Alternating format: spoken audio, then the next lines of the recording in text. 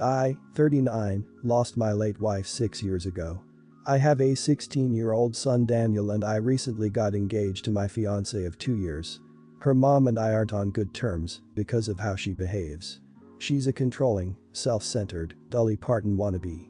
I learned to ignore her crap, but she's been annoying Daniel and criticizing his personality regularly. He's a private kid and still hasn't gotten used to the new family dynamic, but he's in therapy and is doing fine. She keeps diagnosing him left and right, calling him antisocial, autistic and other crap. Fact is, Daniel is a shy, well-mannered kid, but people confuse that with being antisocial.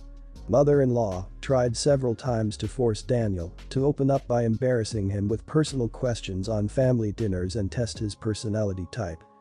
I've realized the effect her behavior had on Daniel, so I gave him the choice to no longer be in the same room and house as mother-in-law, and he appreciated this a lot. Mother-in-law didn't like that Daniel kept his distance and no longer visits, and kept whining about how spoiled he will become for her daughter to deal with. I told her to stop bringing it up, but she cried, "I'm just doing this for Danny." Last week she visited unexpectedly wanting to say hi to Daniel. After Daniel greeted her, he went into the bathroom and she went into the living room with my fiancé. I was in my bedroom when Daniel came and said his journal was gone. We looked for it, but didn't find it. I asked my fiancé, who was alone in the kitchen, but didn't see it. I paused for a second to ask where mother-in-law was. My fiancé said in the living room, but I saw her coming down the stairs. I asked where she was, she said the bathroom. I saw her purse in hand, so I bluntly asked if she took Daniel's journal. She looked offended and called for my fiancé when I insisted on seeing inside her purse. She wanted to leave, but I didn't let her. Fiancé told me to stop it, but I insisted, and the journal was there. Mother-in-law tried to explain this was her only chance to get to know Daniel better because she cares about him. I blew up at her and berated her for stealing from my son and told her she's banned from my house for the stunt she pulled. She argued with me, then left. My fiancé apologized for her but said banning her from the house was over the top. It backlashed and father-in-law argued and hoped his daughter realizes how freaking abusive I am and call off the wedding for refusing to apologize to mother-in-law. Fiancé said her family won't come to the wedding till I reconcile with her mom and cancel the ban, but I won't let my son be disrespected in his own house and asked my fiancé to understand. I'm refusing to reconcile, but am aware this could ruin my relationship with all my in-laws, not just mother-in-law, and my fiancé thinks I'm selfish to cause drama. Not the idiot. But you realize that your fiancé is putting her desire to not want an argument with her family above your son's well-being, right?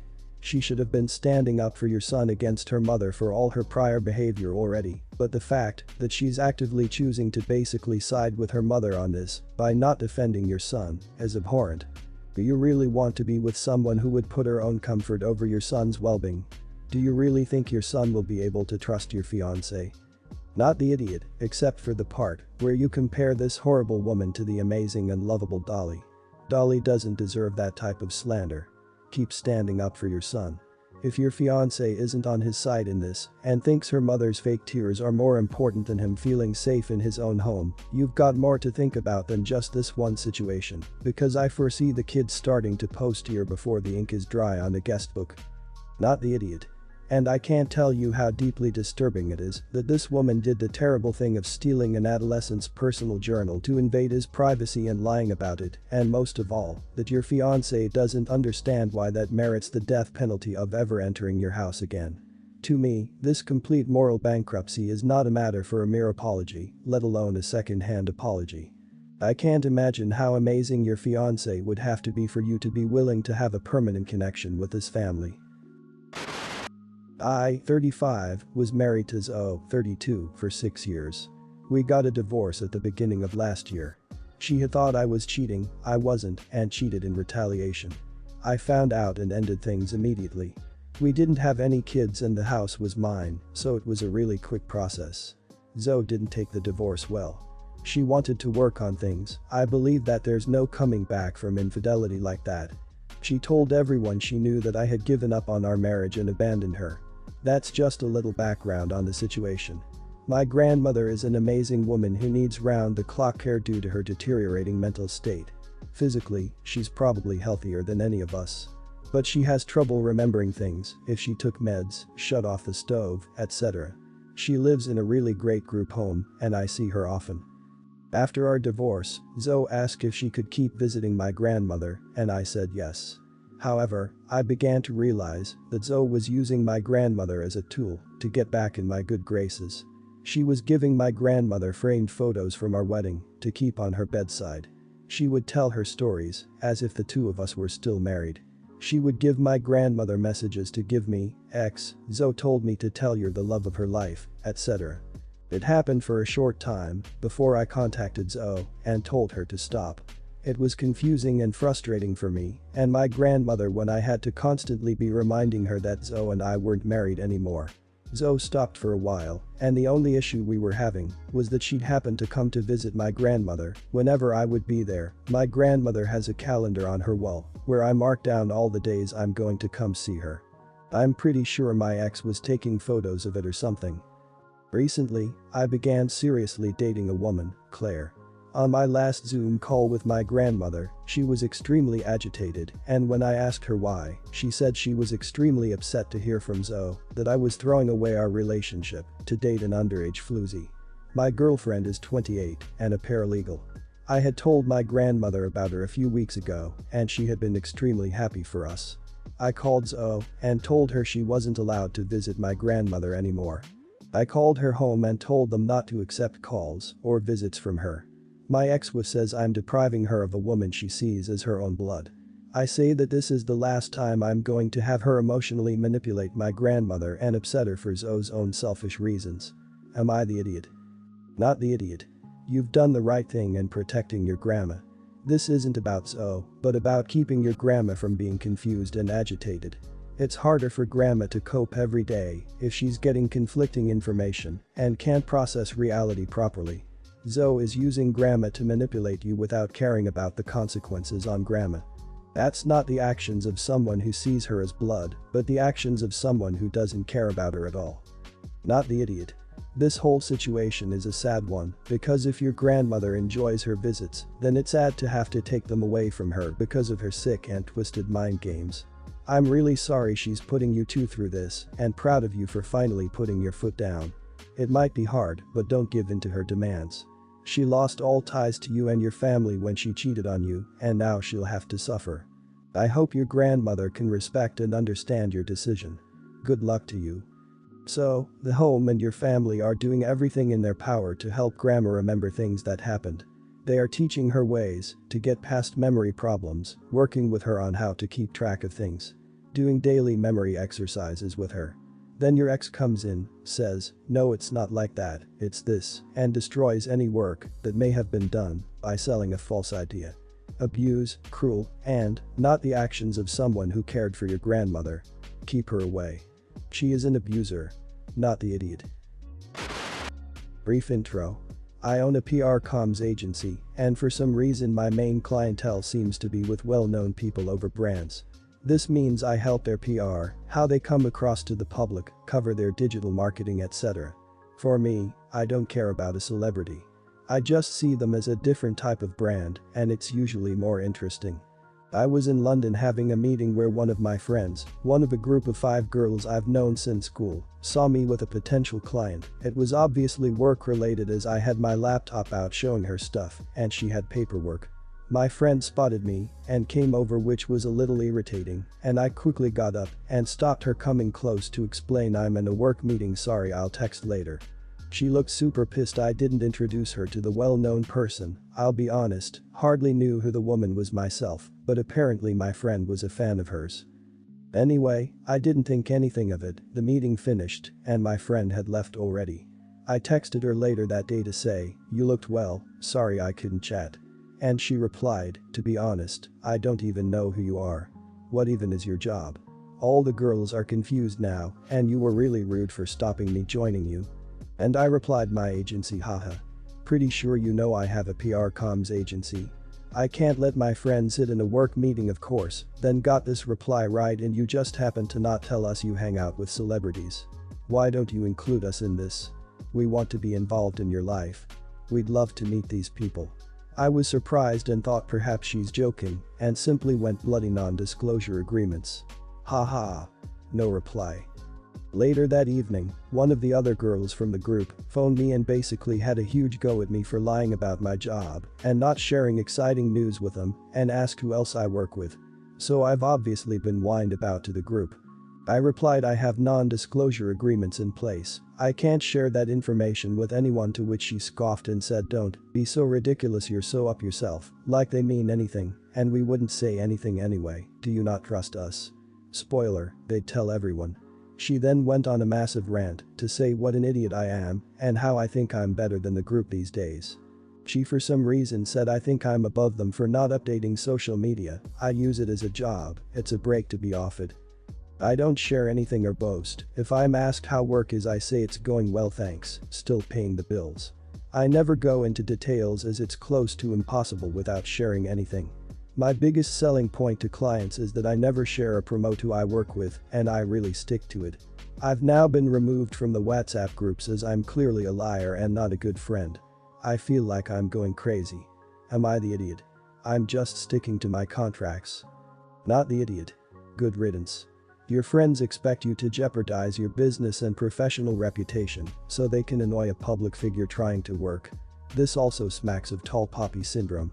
You're clearly succeeding in life, and their seething jealousy over the access you have to people they want to meet is certainly not a weight you should carry. Spoken from someone that knows they should be excited for you, not excluding you, because you have a successful career and you won't ruin it for their meet and greet entitlement. Not the idiot. It's possible you could be less cagey with your job, but honestly their reaction is ridiculous.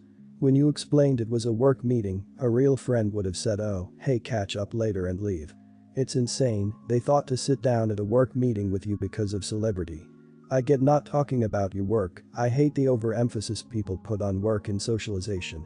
It seems insane to me to be upset you don't post work details on social media. Keep your boundaries, actual friends will respect them.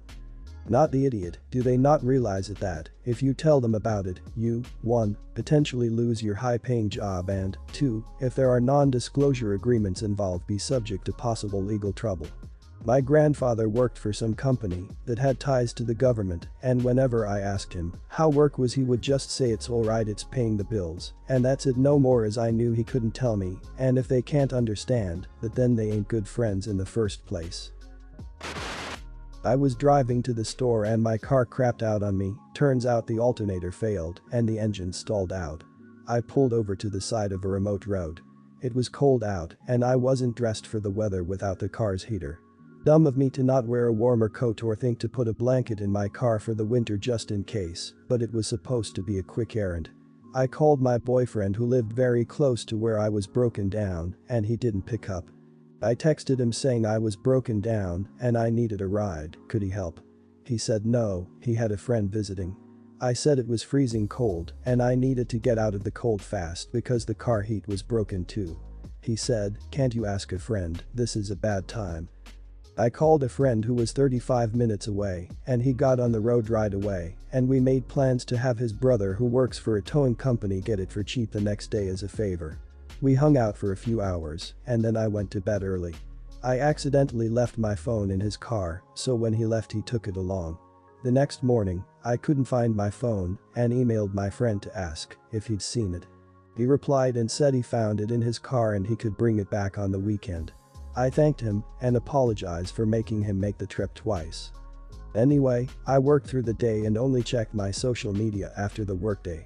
I saw some panicked messages from my boyfriend on my Facebook asking what had happened. I didn't answer his texts for 24 hours after. The last thing I sent was, "Can you please come pick me up? It's freezing cold and I need to get out of the cold fast. The car is broken," and I wasn't picking up my phone or answering texts or social media messages. Then he went for a drive and found my car abandoned in the dirt off the side of the road. He was convinced I had been ignoring him to spite him for not leaving right away to get me. He hasn't realized how serious it was. And he had expected if I had trouble getting a friend to help, I'd call him and tell him I didn't have another option. I said I wasn't being petty, I was just trying to deal with my own crap when my car crapped out on me. And I honestly wasn't thinking about him at all after he brushed off me asking for help. He said that I was stupid for not thinking that he'd be worried to be ghosted for a day after saying I was in trouble. Am I the idiot for not telling my boyfriend I was okay after he didn't want to help me after my car crapped out? Not the idiot. If I were you, I'd dump this guy. Who leaves their SO to freeze on the side of the road in the middle of winter? Oh, and feel free to post the whole exchange on your social media. Let everyone else see just how uncaring and dismissive his response was to you. As far as you're being an idiot for not thinking he'd be worried the next day. If he wasn't worried when you first called him, why should he suddenly care the next day? And if he thinks you were dumb for not giving him an update, you can tell him that you were dumb to try calling him in the first place. Not the idiot.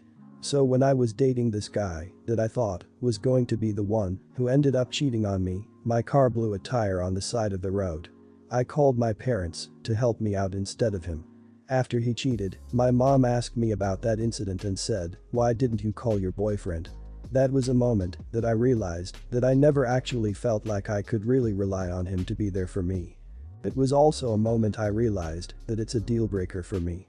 So you need to take a look at this seriously and ask, will this guy be there for you? My boyfriend plays games with some of his friends from college and they get really intense about it, like yelling in frustration. It bothers me a lot. I grew up in a rough home and I don't like that environment of screaming and cussing and anger in my home. I've told my boyfriend this and he says he's not really mad, it's just a game, it's just the way he connects with his friends who are competitive people. But to be honest, it bothers me a lot. Last week, I had been napping and I heard a holler and I was immediately woken and feeling panicked. I of course quickly remembered where I was, but I was upset. I really just don't want those energies in my home. I went downstairs and told my boyfriend to stop hollering at home because it's stressing me out. And he kinda brushed it off. Later that night, I called my friend and, as a joke, said I should just have a yell with her. And she was all for it. She went out to the woods behind her house and also grabbed her roommate on the way. It was kinda silly at first, yelling over Skype. But we kinda got into it. My friend was yelling about some crap her boss said, and her roommate and I were yelling back, "Screw that, girl, you need a new job," and stuff. It was kind of hard to keep from laughing, and we kept dissolving into giggles. It devolved into one of us shrieking like a maniac, everyone dying laughing, and then repeating.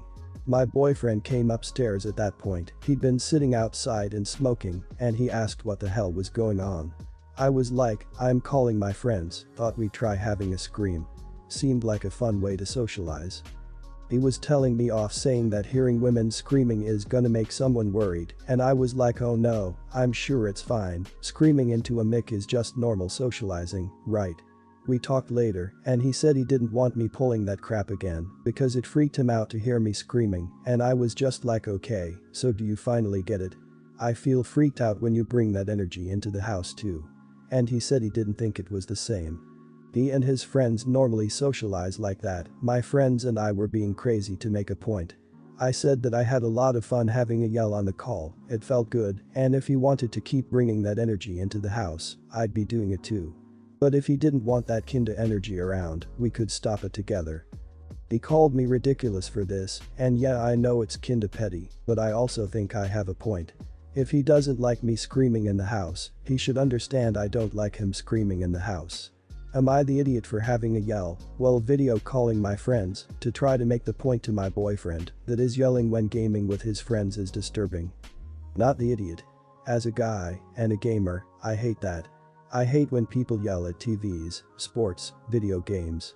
What it does is kick in the flight or fight switch in my brain, and because the anger isn't directed at me, there is nothing to run from and nothing to fight, so I am left there feeling unnecessarily angry and irritated because someone else wants to act like a freaking child at losing a game. Same response as when my girlfriend sees a puppy and makes that noise like we are about to crash the car into something. This is super clearly everyone's the idiot here. Him screaming into a mic is clearly a long-held way of him socializing and playing with friends. He is the idiot for not being quiet when you are sleeping, but if you can't handle his hobby, leave. You are also the idiot for responding to the fact that you don't like his hobby like a 2-year-old throwing a fit. Also, he is dead right that shrieking with no words is far more concerning as a neighbor than yelling at TVs and video games. Again, if you can't get over it and he won't stop, just leave.